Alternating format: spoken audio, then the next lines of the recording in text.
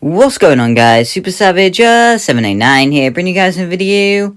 Today we're doing What If the Strawhats Never Separated Part 2. In the last part, we covered how impelled down a marine Ford went with the Strawhats all being together.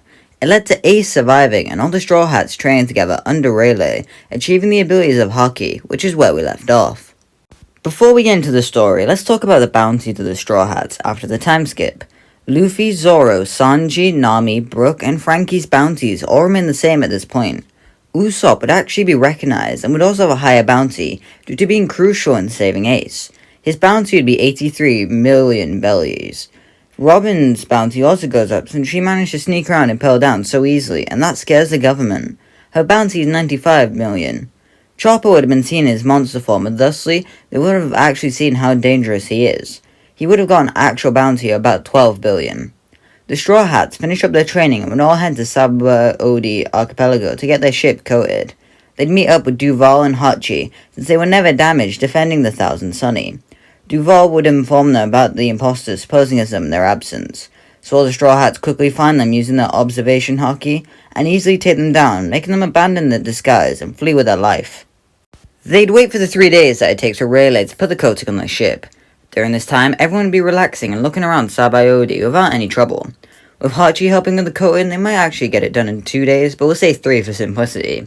I'm sure some Marines would have shown up to apprehend them, but what can they really do to the Straw Hats at this point? Hopping in the ship, everyone begins their descent to Fishman Island, with Hachi helping them. Karibu's crew would try and jump the Straw Hats, however Hachi would meet Momu. Instead of fleeing out of fear, he'd likely switch sides and begins to break up his own ship. Karibu leaps onto the Straw Hat ship as well as a few other of his crew, however Luffy, Zoro, and Sanji knock them onto the debris of their own ship.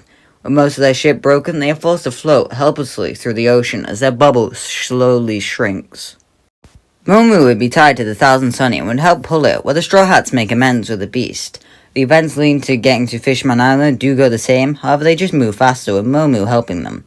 Sanji won't have all that built-up sexual tension, since he would have regularly seen girls, so he doesn't have the gag of shooting blood and almost dying. The Neptune brothers fail to find them and end up leaving to look for them, meaning the things happening after go like normal. They won't need to immediately flee due to Sanji's blood loss, so they go and find Brook and Nami much quicker, and then all head to the palace. Luffy then wanders off and meets Shirahoshi like canon. When the Straw Hats are attacked in the palace, the fight goes much quicker, with both Chopper and Sanji there to help fight Hody. The ocean water renders Chopper useless though, and so Nami escapes with Chopper and Kami. Hachi is also able to help and swims away with Usopp, following Kami. This leaves Sanji and Zoro to be captured after they beat up Hody. Everyone who isn't captured meet up at the graveyard where they meet up with Jinbei. He tells them about Arlong and then Hody, and then makes a declaration, leading to Luffy and Jinbei battling. They then make up the plan like canon. For the majority of time, canon realigns all the way into the big fight scene. One thing that's important is that Frankie's builds are much weaker than they were. This is due to not possessing Vegapunk's weapons, so they're weaker. Instead of using that, Chopper, Usopp, Nami, and Frankie just use armament haki to take out the people with poison and tank the poison attacks, especially Frankie. Also, Momo would be there helping battling. Seeing Luffy ride on him would be pretty cool to watch. When the ship is first spotted coming towards the island, Zoro shouts at Luffy to hurry up and destroy it. Use Gear 4 and stop messing around. He tells Zoro that he doesn't want to waste it, but Nami, Zoro, and Usopp all shout to do it, which does annoy him, but he agrees with his crew. He enters Gear 4 and leaps upwards to destroy the ship, to the horror of everyone else. Shirahoshi lets out a cry for him not to, summoning the Sea Kings much earlier.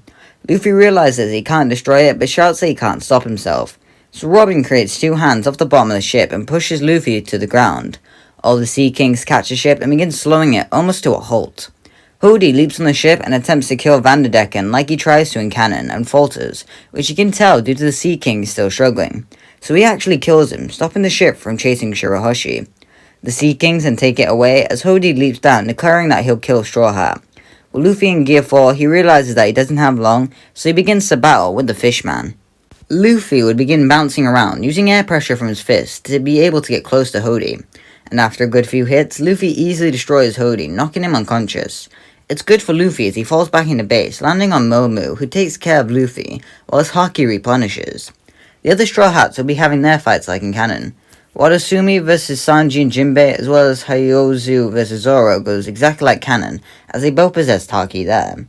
Frankie vs Akaros would go a much different fight, since Frankie doesn't have his massive mech. He'd be relying on the gadgets on his body, as well as the armament Haki that he learned. When learning that his opponent's weakness is fire, he uses armament Haki in his lungs and lets out the strongest fire breath he can, frying his opponent to a crisp. Brook vs Zio goes very easy, as he can sense him, even when he goes invisible due to his observation Haki, so he is taken down with relative ease by the skeleton. Chopper's fight is also very easy, as he can just do what he did in canon, but with Haki to back it up. Usopp against Daruma is much more of a battle than just a strategic one. With the beast constantly leaping around, Usopp would use dials to combat him. He may have even asked Frankie to upgrade them, which could be fun, especially in the future. With a flame down and impact dial, Daruma would be overpowered by his own techniques, and is taken down with an armament-powered snipe right to the groin. The Straw Hats would all begin to celebrate their win over the Fishman Pirates, just like in canon. Jinbei is still invited to join the Straw Hats, but tells them that he can't just yet, which saddens them, but they understand it. They then leave Fishman Island all the same. Moving along to Punk Hazard, the start goes the same for the most part, with the Straw Hats all getting divided. The first change is that the Yeti brothers don't take Nami in Frankie's body, due to her not possessing Vegapunk technology. So Luffy heads them to take them down and runs into Trafalgar Law, like normal. When up against Caesar, the first time, both Robin and Frankie would be helping Luffy fight, since they both possess Haki and can actually hurt the Logia user. Robin is especially crucial using armament Haki, arms and legs to hold him to different surfaces, and let Luffy or Frankie hurt him. I think they managed to knock him out before he can take their oxygen.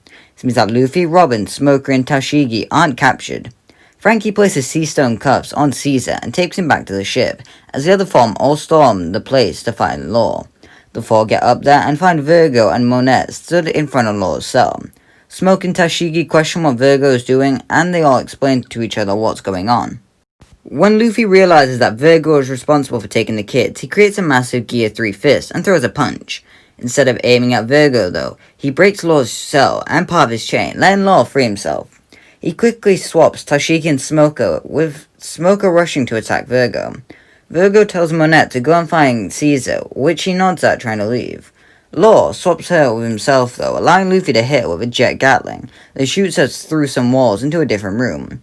So the fights are Luffy and Robin against Monet, as well as Law, Tashigi and Smoker versus Virgo. As you can expect, Monet tries her typical tactic of hiding in the snow, however she can't really execute her strategy due to Robin and Luffy being able to sense her wherever she is. So Robin holds her still with her Haki-infused hands, and Luffy uses a Gomu Gomu elephant gun, knocking Monet out.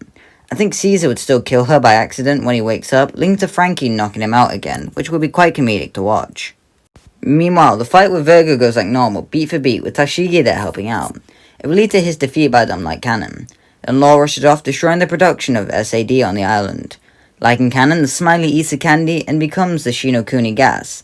Nami and Usopp aren't able to escape it along with the children, and unfortunately are all consumed in the gas. Brownbeard does barely make it back and tells everyone that they didn't make it, bombing out the rest of them. Zoro tells everyone to keep this a secret for now. With the gas now surrounding the place, everyone begins looking for all of Caesar's men to find a way to counteract it using observation Haki. Luffy eventually senses someone far away and goes down to find Momonosuke, saving him and reuniting him with Kinemon. Frankie is hiding in the ship when Baby 5 and Buffalo arrive due to not having his mech suit. They blow away the gas, which Frankie notices, and he goes outside to take a look. He gets in a fight where he's at a significant disadvantage due to again not possessing his mech. Luckily enough, the rest of the Straw Hats arrive and fight off the duo, making them need to flee. Luffy is taken to where Nami is and accidentally breaks one of the kids, revealing that they can be saved.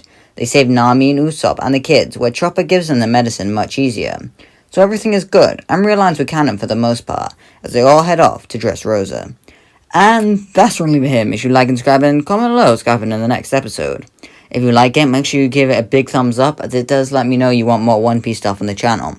Let me know if I did get some pronunciations wrong. I would not be shocked, as I've only been reading the manga and have not heard the anime. And so yeah, bye!